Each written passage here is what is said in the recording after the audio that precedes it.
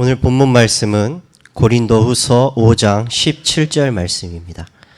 다 같이 봉독하시겠습니다. 그런즉 누구든지 그리스도 안에 있으면 새로운 피조물이라. 이전 것은 지나갔으니 보라 새 것이 되었도다. 아멘. 오늘 본문 말씀에 그리스도 안에 있으면 새로운 피조물이라고 말씀하셨습니다. 우리의 과거에 하나님을 떠나 죄 가운데 있던 우리는 이제 못 끝났고 이제 우리는 하나님으로부터 재창조의 축복을 받은 새 것이 되었다라고 말씀하고 있습니다. 그래서 오늘 말씀의 제목을 통해서 우리는 구원받은, 그리스도를 통해 구원의 축복을 받은 우리는 성숙한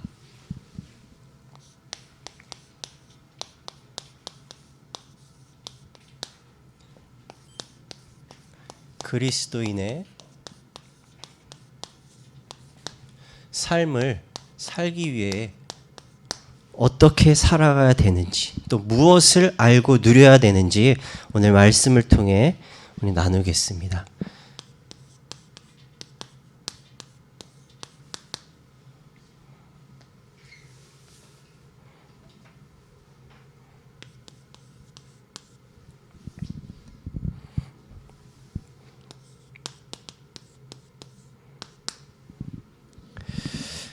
먼저 서론으로 보자면 우리는 오늘 말씀하고 있듯이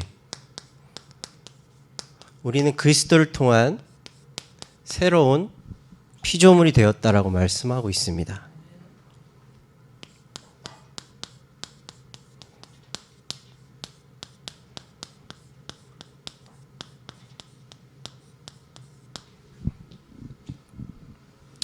우리는 그리스도를 통해 죄와 저주와 사망에서 영원히 구원받은 하나님의 자녀입니다. 또한 재창조의 축복을 통해 새로운 피조물이 되었습니다. 오늘 말씀 18절에 보면 모든 것이 하나님께로 났으니 저가 그리스도로 말미암아 우리를 자기와 화목하게 하시고 또 우리에게 화목하게 하는 직책을 우리에게 주셨다라고 말씀하고 있습니다. 그래서 중요한 것은 우리에게 하나님과 화목하게 하셨고 또 우리가 그리스도로 구원받은 자로서 우리가 세상에 하나님과 화목하게 만드는 그 직책을 우리에게 주셨는데 그것을 우리가 누리기 위해서는 그리스도 안에서 나의 정체성을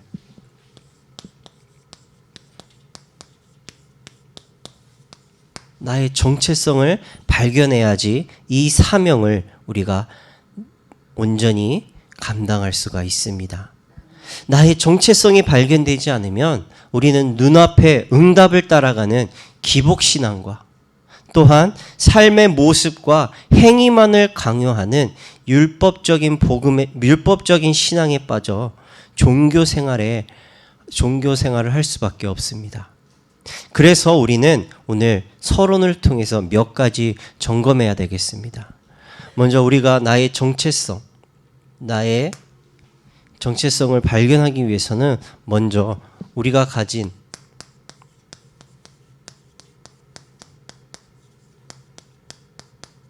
신앙의 색깔을 우리는 발견해야 됩니다. 나를 발견하지 못하면 나의 신앙의 색깔이 무엇인지 모릅니다. 그러면 내 안에 숨겨진 또 드러나 있는 율법적인 모습, 또 응답만을 따라가는 이 기복적인 모습을 버릴 수 없게 됩니다. 문제는 여기에 우리의 생각과 중심이 있다는 것을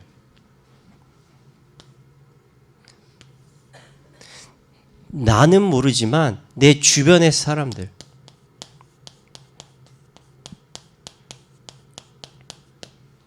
내 주변에 있는 사람들이 안다라는 것입니다. 더 중요한 것은 주변 사람뿐만 아니라 사단이 우리의 정체를 알고 내가 어떠한 상태 속에 있는지를 알고 우리를 건드린다라는 것입니다. 하나님은 우리에게 음부의 권세가 해치 못할 구원이라는 엄청난 축복을 주셨는데도 우리는 복음 안에 있지 못하기 때문에 사단은 우는 사자와 같이 우리를 두루 삼키기 위해 우리의 생각과 마음과 우리의 환경을 통해 우리를 자꾸 공격하고 넘어지게 만들고 있습니다. 그리고 더 중요한 것은 누가 알고 계시냐?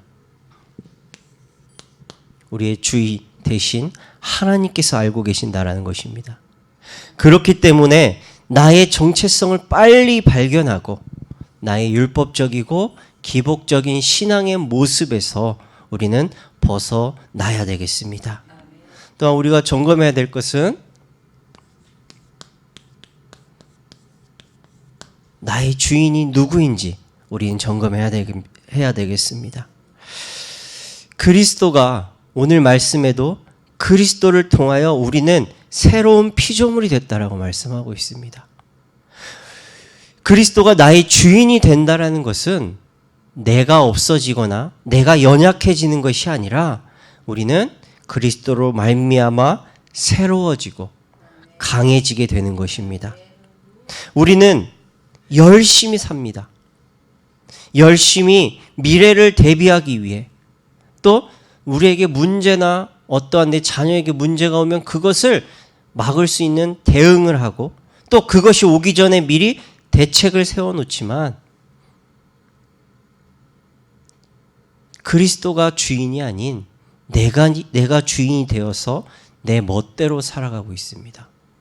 그래서 우리는 나라고 하는 나의 한계에 부딪히면 방황할 수밖에 없고 무너질 수밖에 없습니다.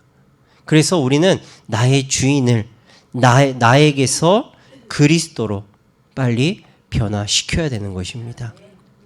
그래서 우리가 변화되어야 되는 것은 겉에 드러난 모습이 아니라 나의 겉사람의 모습이 변화되기 위해서는 우리는 내 안에 있는 속사람이 변화되어야 되는 것입니다. 오늘 말씀 제목처럼 오늘 말씀의 제목은 성숙한 그리스도인의 생활입니다. 성숙한 사람이라는 것은 겉모습만 정결하고 거룩하고 세상과 차별을 두는 그리고 오직 복음, 오직 그리스도만을 말하는 이러한 겉으로 드러나는 사람이 아닙니다. 이 사람들은 불신자와 함께 있는데 이 사람들에게 불편함을 가져다 주기도 하고 세상 사람들과 잘 어울리지도 못하는 기본적인 대화나 생각을 아주 거리를 두고 행동을 하기도 합니다. 이것은 성숙한 사람이 아니라 성숙된 사람은 누구냐? 말로만 하는 특별하게 티가 나는 사람이 아니라 내가 불신자들 세상에서 불신자들과 함께하면서 직장에서 내가 사람들과 함께하면서 불편하지 않게 함께 어울릴 수 있는데 이 사람이 나와 같은 사람이 아니라 뭔가 특별하다. 이 사람에 뭔가 비밀이 있다. 그래서 내가 이 사람에게 다가가고 싶고 내가 문제나 고민이 있으면 찾아가서 이야기하고 싶은 사람. 이것이 바로 그리스도로 말미암아 속사람이 거듭난 성숙된 사람을 의미합니다. 근데 대부분의 많은 사람들이 착각을 해서 내가 신앙생활을 하면서 세상 친구들 다 멀리 둬야 되고 함께 어울리지 말아야 되고 라고 착각을 합니다. 그래서 제가 이제 신학대학원을 갔을 때도 다른 친구가 야, 너 이제 전도사의 목회자의 길을 가게 되면 세상과 거리를 둬야 된다. 세상 친구들하고 어울리면 안 된다. 오직 복음, 오직 학교, 복음에만 집중해라라고 말을 하더라고요. 우리가 정말 이 말처럼 세상과 거리를 두고 세상과 차별을 두고 우리는 거룩한 자, 세상은 거룩하지 못한 자라고 우리가 차별을 두고 그렇게 생각한다면 우리는 정말 하나님이 우리에게 맡기신 직책, 세상과 하나님을 화평케 하는, 화목케 하는 그 일을 우리가 알지도 못하고 우리만, 우리 하나님, 우리 그리스도만을 찾게 될 것입니다. 그래서 우리는 말로만 하고 겉으로만 드러나는 이러한 거짓 성숙된 사람이 아니라, 미흡한 사람이 아니라 우리의 삶의 모습이 세상과 같이 함께 어울리고 그 속에서 정말 답을 줄 수 있는 그러한 성숙된 믿음을 가진 삶이 되어야 되겠습니다. 그러기 위해서, 우리가 성숙된 사람이 되기 위해서는 먼저 우리가 알아야 할 것은 하나님이 우리에게 주신 구원의 의미를 정확하게 우리는 알아야 되겠습니다. 오늘 고린도후서 5장 17절에 말씀하시기를, 구원받았다라는 것은 영이 죽은 상태에서 새로운 생명을 가진 새로운 피조물이 되는 거라고 말씀하고 있습니다. 또한 그렇다면 우리가 새로운 피조물이 되었다, 이전 것은 지나갔다라고 하는데, 그렇다면 우리가 이전 것은 무엇일까요? 이전 것은 무엇이길래 여기서 우리가 새롭게 변화되었는지 우리가 말씀을 본다면, 이것을 우리가 안다면 구원받았다라는 것이 얼마나 큰 축복인지 우리가 깨달을 수가 있겠습니다. 우리가 너무나 잘 알듯이 에베소서 2장 1절 말씀에 죄와 허물로 죽어있는 상태였다고 우리를 말하고 있습니다. 구원받기 우리 전에는 죄와 허물로 죽은 상태에 있었습니다. 숨을 쉬고 밥을 먹고 몸이 활동하니까 살아있다라고 생각을 하지만 실제로는 죄와 허물, 즉 원죄와 자범죄로 인해 죽은 상태 속에 있었습니다. 자범죄는 어떤 면에서는 깨달을 수도 있고 또 해결할 수도 있지만, 원죄는 알 수도 없고 스스로 해결하는 것은 절대 불가능합니다. 또한 자범죄도 우리가 깨달은다는 것은 내가 그 죄를 저질렀다는 것에 후회하고, 내가 다시는 이 죄를 저지르지 않아야지, 똑같은 실수하지 않아야지 할 정도지, 그것에서 우리가 벗어날 수는 없고 해결할 수도 더더욱 없습니다.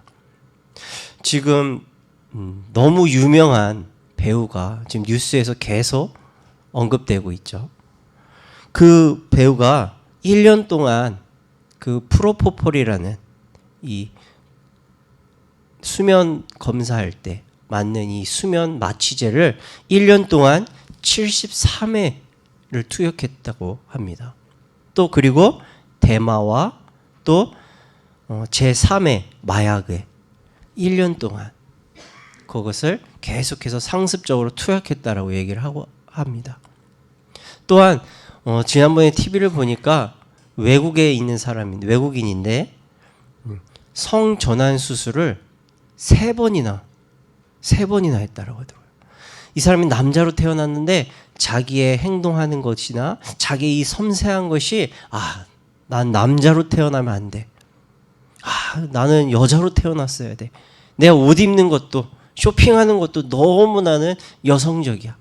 그래서 나는 여자가 돼야 돼 하고 성전환 수술을 했다고 하더라고요. 그런데 그 삶이 만족함이 없는 거예요. 아무리 생각해도 내가 치마를 입고 이렇게 사는 게 내 모습이 아닌 것 같아. 그래서 다시 남자로. 그리고 또 아무리 생각해도 나는 여자가 맞다. 그래서 다시 성전환 수술해서 지금 여자로 살고 있다라고 나오더라고요. 다시 그 사람이 어떻게 바꿀 수는 아무도 모르겠습니다.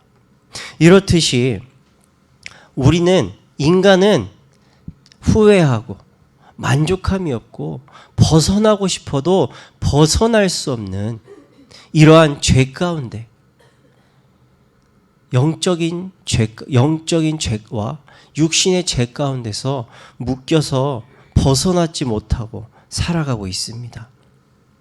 이것으로 말미암아 우리는 원죄와 자범죄로 완전히 죽어 있는 상태 속에 있었는데 그리스도께서 마약에 중독되고 범죄하며 만족함이 없는 이러한 영적으로 죽어 있는 우리의 삶을 위해 십자가에서 죽으시고 죽음에서 생명으로 우리를 건져내 주셨습니다.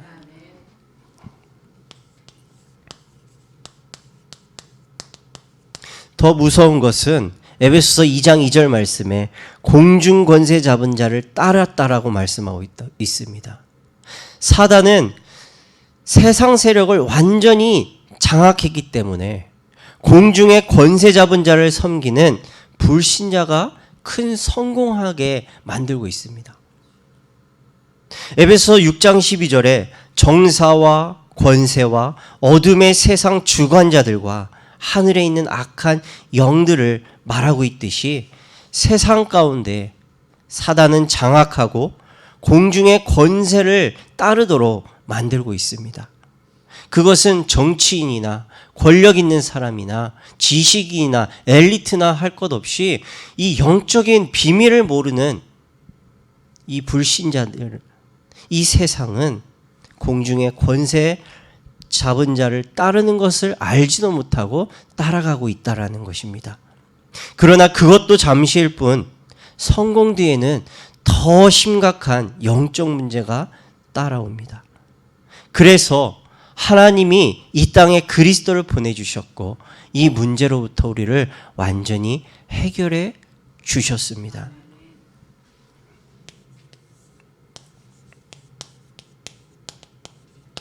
에베소 2장 3절 말씀에는 육체의 욕심을 따라 지내며 육체와 마음이 원하는 것을 하여 본질상 진노의 자녀였다라고 말씀하고 있습니다.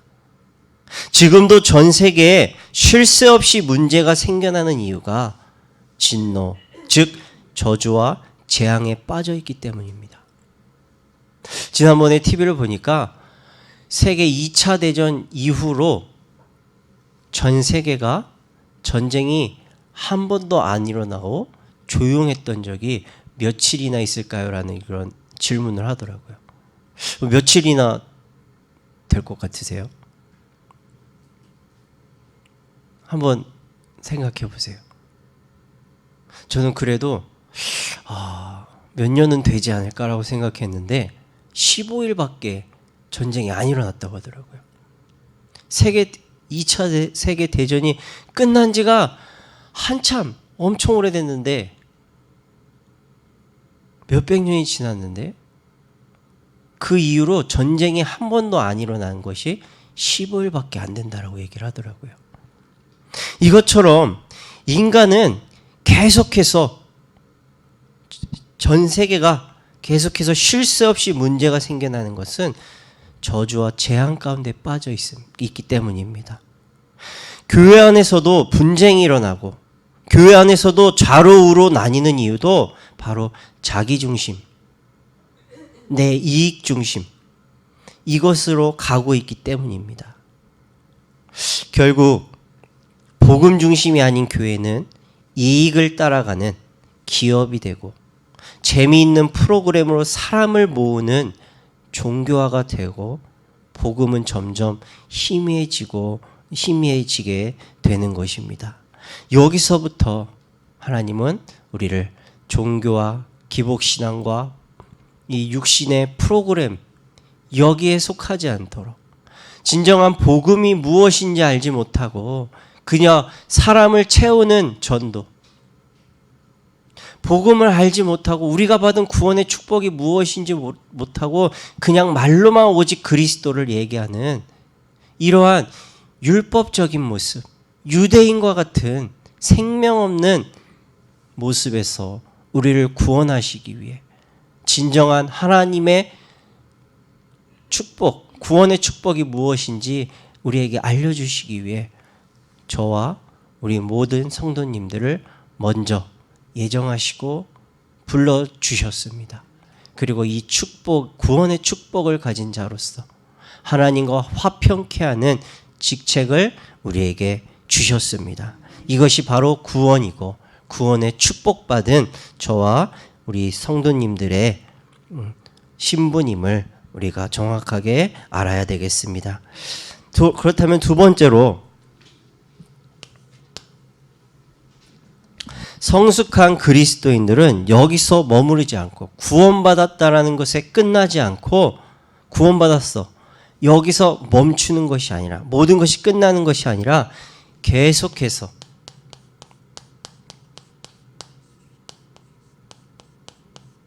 하나님의 은혜를 입게 됩니다. 그 하나님의 은혜를 계속해서 입기 위해서는 먼저 하나님과의 관계가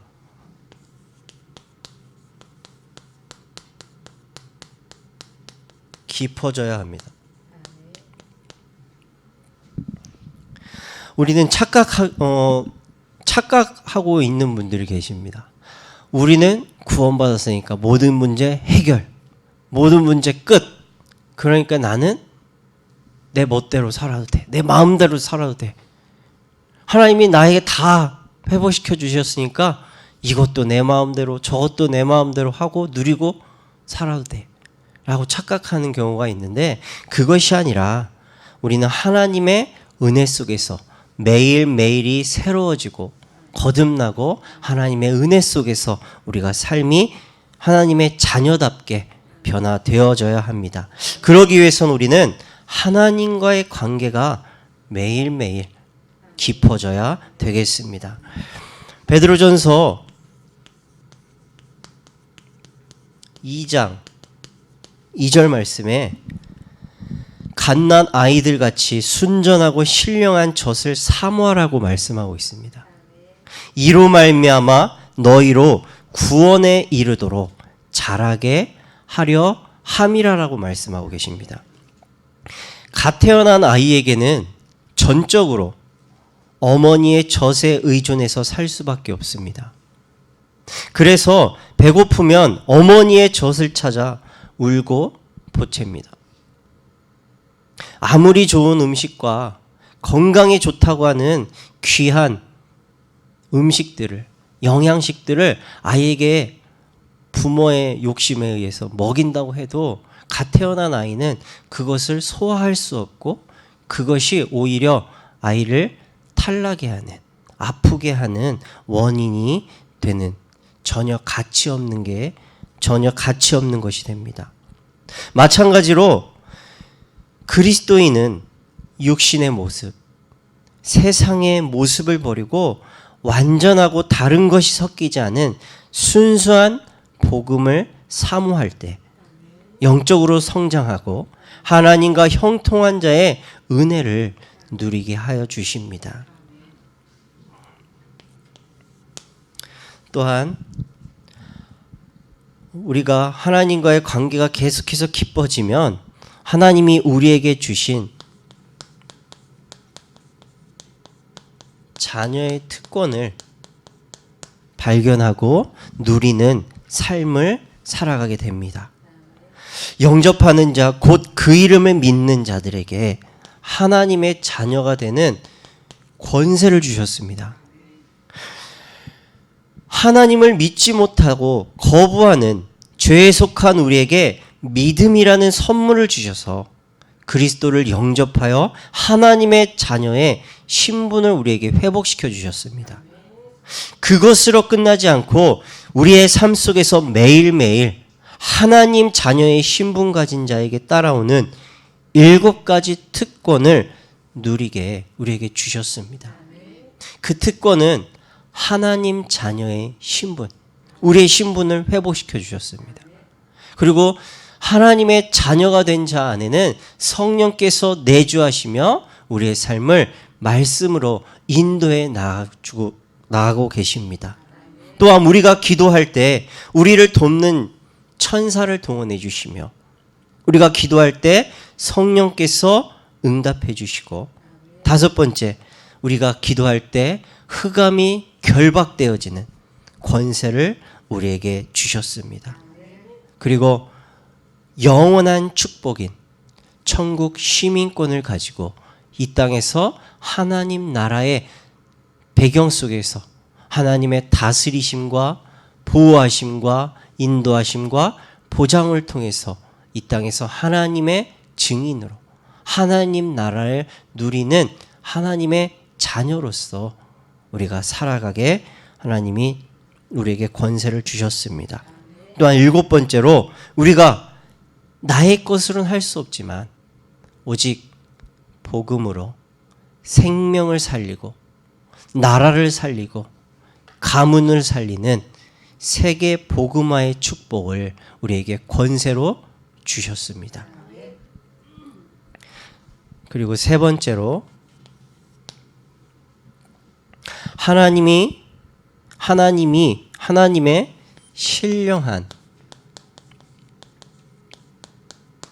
하나님의 신령한 은혜를 계속해서 받게 됩니다. 베드로후서 1장 4절 말씀에 말씀하시기를 보배롭고 지극히 큰 약속을 우리에게 주사 이 약속으로 말미암아 너희로 정욕을 인하여 세상에서 썩어질 것을 피하여 신의 성품에 참여하는 자가 되게 하려 하셨다라고 말씀하고 있습니다.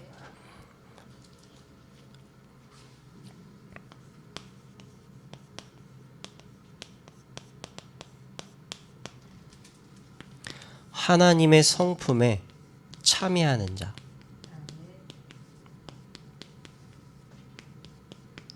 신령한 은혜는 바로 하나님의 성품에 참여하는 것을 의미합니다. 하나님께서 우리를 자녀로 부르셨고 육체의 정욕과 세상에 썩어질 것에 속지 않도록 하나님의 성품에 참여할 수 있는 약속을 우리에게 주셨습니다. 세상은 물질과 성공에 대한 욕망을 가지고 살아갑니다. 그러나 예수님이 육신을 십자가에 드림으로 하나님의 사랑을 확정하셨던 것처럼 우리는 하나님의 자녀로서 내 생각과 나의 언어와 행동을 통해 하나님을 표현하는 삶을 살아가게 하십니다. 이것은 나의 의지와 결단으로 되어지는 것이 아니라 하나님의 은혜로 드러나게 하셔서 세상에 생명의 빛을 비추게 하여 주십니다. 우리 아까도 서론에서 나눴던 것처럼 우리가 하나님의 성품에 참여하는 자가 되면 말로만 하고 행동을 통해서 오직 복음만 말하는, 그리고 세상과 거리를 두는 것이 아니라 세상과 함께 어울리고 그 속에서 내가 그리스도를 나타내는 전도자가 되도록 하나님이 우리에게 약속하셨고, 하나님의 계속되는 은혜를 통해 나는 할 수 없지만 내가 되어지도록 하나님이 변화시켜 나가 주신다라는 것입니다. 자, 이렇게 하나님과의 관계가 깊어지면 우리는 하나님 자녀의 특권과 신령한 은혜를 가지고 하나님을 드러내는 삶을 살아가게 됩니다. 즉 우리의 생활의 모습이 변화됩니다. 자, 그리고 2번째로 계속해서 우리가 하나님의 은혜를 누리게 되면 하나님뿐만 아니라 사람과의 관계 속에서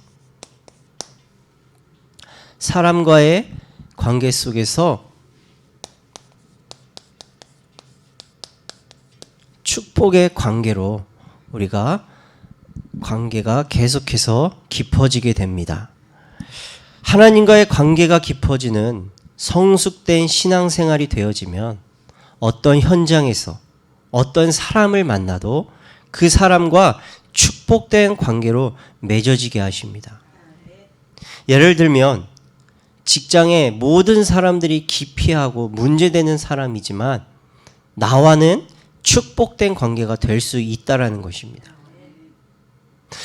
그러면 그 사람을 우리는 새롭게 할 수 있는 기회가 되어집니다. 제가 제 주변에 어려서부터 부모님이 사업을 잘 하시고 좀 부유하게 사시다가 이 빚 때문에 사업이 잘못돼서 엄청난 빚 때문에 이제 어렵게 사시던 분이 계셨는데, 그분이 저하고 1살 차이 나는데 이제 사업을 통해서 이것저것 뭐 지하 상가에서 넥타이를 납품하고 뭐 이런 일부터 해가지고 집에 있는 빚을 다 갚고 지금은 부모님 집도 사드리고 또 이제 본인 가정을 꾸리고 사는 그 형이 한 분 계세요. 근데 이것이 이 빚을 갚으라는, 어렸을 때부터 어렵게 살고 이 빚을 갚기 위해서 온갖 일을 다 하면서 돈을 아끼면서 살다 보니까 주변 사람들한테 인색한 거예요. 같이 있어도 자기밖에 몰라요. 그러니까 사람들이 쟤는 어렵게 산 건 알지만 뭐 누가 한번 사줬으면 이렇게 사고 베푸는 게 없다. 그리고 다 같이 있으면 이게 밥을 같이 살 수가 있는데, 우리 이게 권사님 이렇게 같이 우리가 3명이 가면 같이 밥을 먹고 내가 살 수 있는 건데, 이 사람만 따로 불러가지고 같이 커피 마시다가 하희영 권사님만 불러서 권사님 제가 오늘 밥 살게요 하고 따로 불러서 따로 빠진다는 거예요. 그리고 가서도 나는 밥 먹었어요, 권사님만 식사하세요. 이게 너무 어렵잖아요. 그런 것 때문에 사람들이 너무 인색하고 평이 너무 안 좋더라고요. 그러니까 저는 사람들이 다 기피하고 뒤에서 다 욕을 하는데, 저는 그분과 계속해서 얘기를 하고, 또 제가 이제 그때 신학대학원 다닐 때니까 매일 만나서 얘기를 하면 저한테 그렇게 고민을 얘기해요. 그리고 자신의 지금 이 얘기도 저한테 다 얘기를 하는 거예요. 내가 이렇게 어렵게 자라고 주변 사람들이 나를 미워하는 것 같은데 너한테는 내가 참 고민도 얘기하게 되고 형 얘기도 하고 기도해달라고 얘기하게 된다. 항상 저한테 이렇게 얘기를 하는 거예요. 그러니까 저한테는 베풀어요. 자기가 먼저 야 시간 있으면 뭐 밥 한번 하자, 커피 한잔 하자. 항상 커피를 자기가 사요. 또 누구를 만나면 또 눈치 보고 저한테 커피 사주는 것도 눈치 보고, 야 일로 와, 저기 구석에 앉아 있어. 그래서 커피 사다 주고.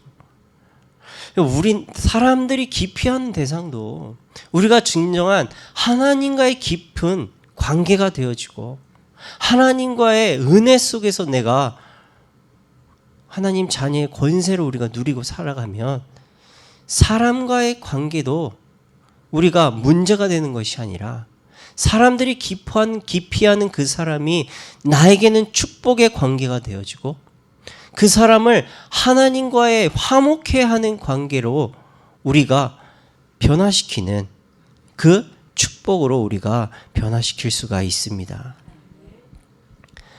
그래서 우리는 하나님과의 관계가 깊어질 때 사람과의 관계 속에서도 축복으로 변화시키는 이러한 관계로 변화된다라는 것입니다. 그렇다면 사람과의 관계가 깊어진다라는 것은 무엇으로 축복의 관계가 깊어지는가?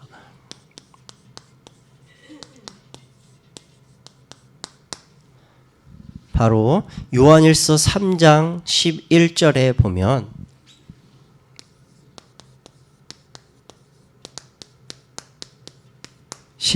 말씀에 보면 우리가 서로 사랑할지니 이는 너희가 처음부터 들은 소식이라. 우리가 형제를 사랑함으로 사망에서 옮겨 생명으로 들어간 줄을 아느니라 라고 말씀하고 있습니다. 결국 하나님의 사랑,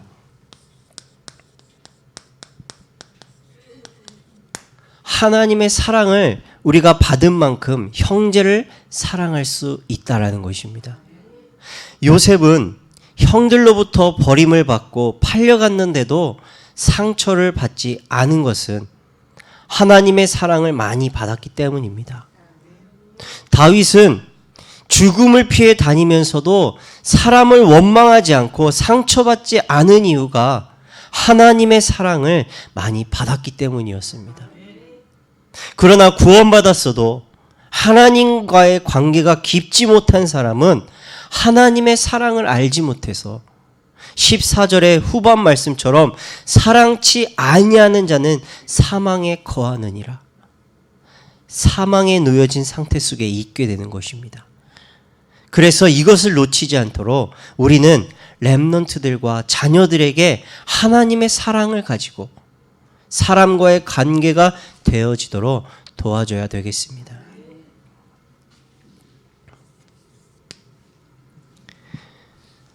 두 번째로, 하나님과의 깊은 관계 속에서 사랑과의 축복이 깊어지면 우리에게 주신 새로운 사명,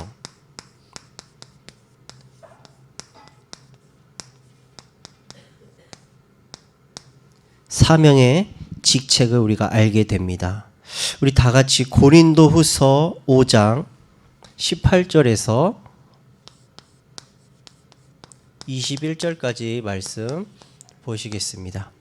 고린도후서 5장 18절에서 21절입니다.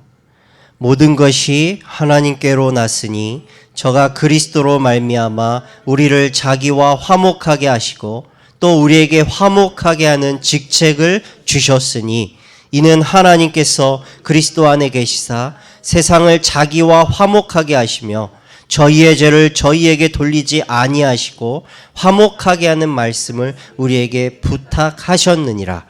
이러므로 우리가 그리스도를 대신하여 사신이가 되어 하나님이 우리로 너희를 권면하시는 것 같이 그리스도를 대신하여 간구하노니 너희는 하나님과 화목하라. 하나님이 죄를 알지도 못하신 자로 우리를 대신하여 죄를 삼으신 것은 우리로 하여금 저희 안에서 하나님의 의가 되게 하려 하심이니라. 아멘. 새로운 사명, 하나님과 화목하게 하는 자.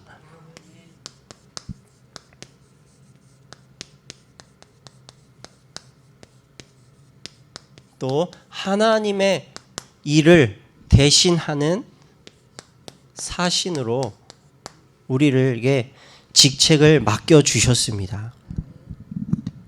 하나님은 우리에게 세상과 비교할 수 없고 세상이 줄 수 없는 엄청난 축복을 주셨습니다. 바로 죄 가운데 있는 우리를 하나님과 화목하도록 관계를 회복시켜 주셨습니다. 그리고 우리에게 화목의 직책을 주시고 하나님과 화목하게 하는 축복을 전하는 사신으로 우리를 부르셨습니다. 그래서 하나님이 우리를 의로운 자로 아버지와 자녀의 축복된 관계로 불러주셨습니다. 이것을 우리가 알지 못하고 우리가 말씀으로만 머리로만 알고 있다면 우리가 사람에 대한 상처 때문에 늘 걸려 넘어질 수밖에 없습니다. 이 상처는 가정과 생업의 현장 그리고 교회 안에서도 화목하지 못하게 만드는 문제의 원인이 되기도 합니다.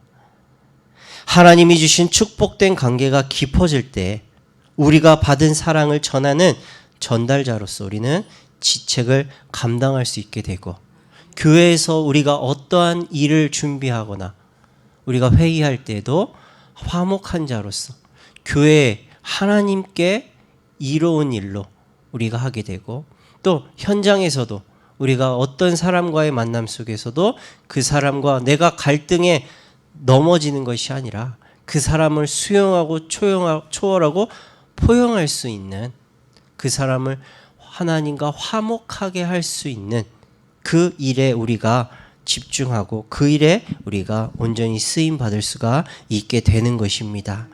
그래서 하나님이 주신 축복의 관계를 우리가 정확하게 알고 깊이 누리셔서 우리에게 맡기신 화목하게 하는 자, 하나님의 일을 하는 사신으로서 우리가 맡은 직책을 감당하시기 바라겠습니다. 세 번째로 하나님의 사랑과 하나님의 주신 직책을 깨닫고 누리면 우리는 성숙된 신앙인이 됩니다.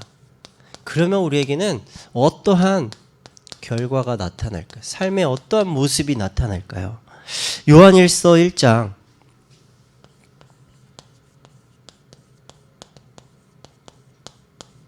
3절에서 4절 말씀에 우리가 보고 들은 바를 너희에게 전함은 너희로 우리와 사귐이 있게 하려 함이니 우리의 사귐은 아버지와 그 아들 예수 그리스도와 함께 하는 것이라고 말씀하고 있습니다. 아버지와 그 아들 그리스도와 함께하는 사람은 사람을 보고 사람과의 관계 속에서 일어나는 모든 일들을 보는 기준이 복음이 되어집니다. 그래서 요셉은 하나님과의 관계가 깊었고 사람과의 관계를 축복으로 만들었기 때문에 자신을 노예로 판 형들에 대해서 상처받지 않을 수가 있었습니다. 그리고 언약 없어 고통받는 형들을 위해 기도할 수가 있었습니다. 그래서 요셉은 상처받지 않을 수 있었고 형들을 초월하고 수용하고 포용하여서 축복된 관계로 계속해서 만들 수가 있었습니다. 마찬가지로 아버지와 그리스도 기준에 눈으로 보게 되고 요셉이 누렸던 것처럼 많은 고생을 해도 그 속에 하나님의 중요한 계획이 이루어지고 있음을 알게 되고 형들과 보디발과 감옥에서 만난 모든 사람들이 축복된 관계임을 알고 진정한 기쁨이 충만한 삶을 누릴 수가 있었습니다.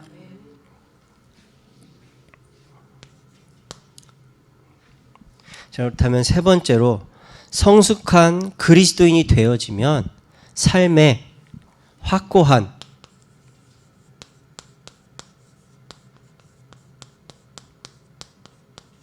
삶의 방향과 또한 동기가 새로워집니다. 어떤 동기가 생겨나느냐?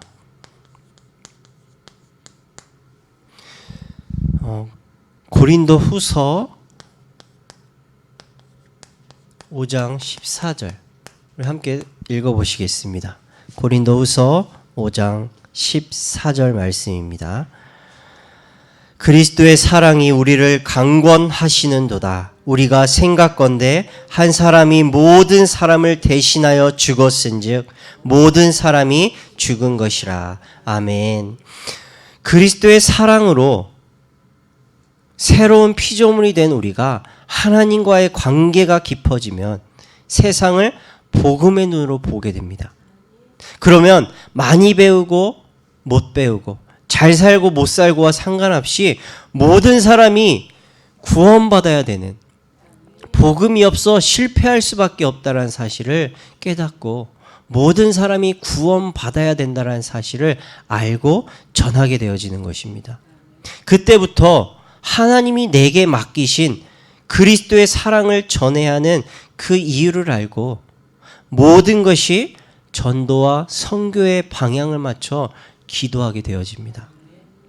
또한 전도를 실천하는 것이 그전에는 내가 어떤 말을 잘하고 내가 어떤 좀 어려워 보이고 힘든 사람을 찾아가서 이야기를 해야지라고 생각을 했다면 이제는 내게 능력 주시는 자 안에서 나에게 죄와 저주와 사망 가운데서 죽어있던 나를 살리신 나의 하나님, 내 삶 속에서 날 구원의 축복을 통해 나를 구원하시고 내 삶에 자녀의 권세를 가지고 내 삶을 은혜 속에서 이끌어 하시는 그리스도를, 내가 체험한 나의 하나님을 내가 말하지 못해도 말주변이 좋지 않아도 내가 전달해야 되겠다라는 그것이 나에게 사명으로 붙잡혀지고 그것이 나의 기도 제목으로 붙잡혀지고 현장을 보는 눈이 전도와 선교를 위해 방향 맞춰지기 때문에 우리는 전도하는 것이, 복음 증거하는 것이 어렵지 않게 되어집니다. 또한 두 번째로 마음의 중심이 변화되어지는데, 고린도 후서 5장 15절 말씀 보겠습니다. 저가 모든 사람을 대신하여 죽으심은 산 자들로 하여금 다시는 저희 자신을 위하여 살지 않고 오직 저희를 대신하여 죽었다가 다시 사신 자를 위하여 살게 하려 함이니라. 아멘. 그리스도를 보내사 우리를 새로운 피조물로 만드신 하나님의 사랑에 감사하며 먹고 마시고 살아가는 모든 것이 그리스도의 영광을 드러내기 위한 삶의 중심으로 변화되어집니다. 또한 세 번째로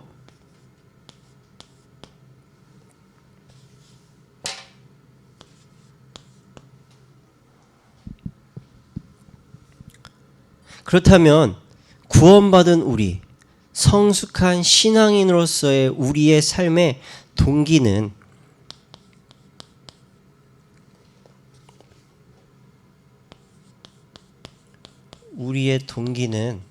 무엇이 되어야 되느냐? 골로새서 3장 1절에서 3절 말씀에 보면 땅의 것을 생각하지 말고 위의 것을 생각하며 사는 삶을 살아야 된다라고 말씀하고 있습니다. 즉 육신적인 것이 아닌 영적인 것을 가지고 영적인 것을 위하여 살라고 말씀하고 있습니다. 우리가 가장 많이 고민하고 쉽게 속는 문제가 바로 경제적인 것, 또 건강에 관한 것, 그리고 인간관계, 부모나 가족과 친구, 직장에서 오는 이러한 문제 때문에 오는 어려움이 많습니다. 렘넌트 7명 중에 대표적으로 요셉의 삶을 보면 하나님의 사랑을 알고 하나님과 깊은 교제 속에서 모든 것을 복음의 눈으로 봤습니다. 그래서 자리와 성공과 물질을 따라가지 않고 하나님이 이루실 절대적인 계획에 방향 맞춰갔고 하나님이 주신 시간표 속에서 열매를 맺는 응답을 누릴 수가 있었습니다. 모든 것이 하나님의 시간표 속에서 되어지고 이 땅의 모든 것은 하나님의 섭리 속에 있음을 알고 자신이 가진 모든 것을 배설물로 여기고 나를 부르신 하나님을 위하여 올인했던 바울이 받은 축복과 같이 저와 이 자리에 계신 모든 성도님들이 하나님과의 깊은 관계 속에서 이 땅의 것이 아닌 하나님이 나에게 주신 영적인 축복, 구원의 축복, 그것으로부터 따라오는 모든 신분과 배경과 권세를 누려서 우리가 구원의 축복을 정확하게 알고 세상에 전달하며 세상에 하나님의 영광을 드러내는 성숙한 그리스도의 삶이 누려지시기 바라겠습니다. 이것을 전달하는 전도와 선교의 축복을 누리는 주인공이 되시기 바라겠습니다. 결론입니다.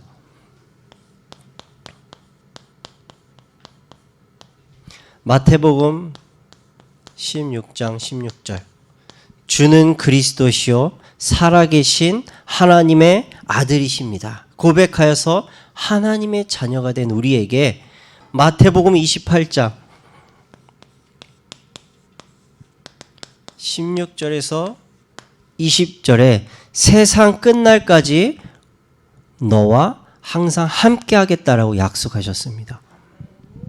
그리고 빌립보서 1장 10절에 그리스도의 날까지 우리를 이루어 가신다라고 약속하셨습니다.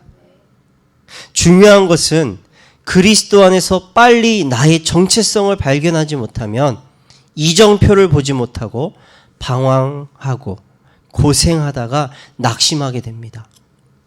그래서 우리는 구원의 축복을 주시고 나와 항상 함께 하시며 하나님의 나라를 이루시기 원하시는 하나님의 뜻을 우리의 삶 속에서 우리 삶의 모든 것 속에서 발견해야 되겠습니다. 그래서 삶의 베드로전서 5장 7절 말씀처럼 삶의 모든 염려를 주님께 맡기시고 로마서 8장 28절에 모든 것 속에서 하나님의 뜻을 이루어가고 계심을 누리는 성숙한 그리스도의 삶을 누려가시기 바라겠습니다. 기도하시겠습니다. 하나님 아버지 감사합니다.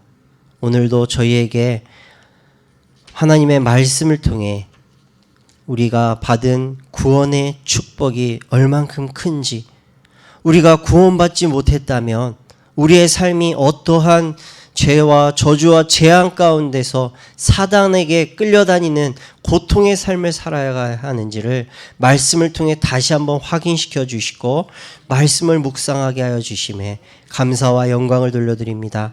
우리가 가진 구원의 축복을 통해 따라오는 자녀의 권세를 우리가 온전히 하나님과의 관계 속에서 깊이 깨달아지고 삶 속에서 우리의 삶의 모든 사람과의 하나님이 붙여주신 모든 사람과의 관계 속에서 사람과의 관계가 축복으로 누려질 수 있도록 주님 오늘도 주신 말씀에 깊이 묵상하여서 나의 신분과 나의 정체성과 나의 배경을 온전히 정확하게 누리는 하나님의 성숙한 그리스도인으로 변화되게 하여 주시옵소서. 그래서 우리의 삶의 모습과 방향과 동기가 이 땅의 것이 아닌 육신의 것이 아닌 나 중심의 것이 아닌 모든 것이 하나님 나라의 일을 위하여 이 땅에 하나님과 화목하지 못한 죄인들에게 하나님 떠난 죄인들을 하나님과의 화목하게 하는 그 직책을 맡은 하나님의 일을 하는 사신으로서 우리가 하나님의 일을 온전히 이루어 가도록 주님 오늘도 말씀으로 새로워지게 하여 주시옵소서. 이것을 우리가 바르게 알고 누려서 교회 안에 방황하고 힘들어하는 렘넌트들과 성도들에게 온전한 자녀의 삶의 모습으로 우리가 방향 맞춰 갈 수 있도록 도와주고 기도하고 우리가 관심을 갖고 함께 할 수 있도록 또한 세상에 말로만 하는 삶의 모습으로만 복음을 얘기하는 것이 아닌 진정한 성숙한 그리스도인으로서 우리의 삶이 하나님께 영광 돌려드리는 모습으로 변화되게 하여 주시옵소서. 예수 그리스도의 이름으로 간절히 기도드리옵나이다. 아멘.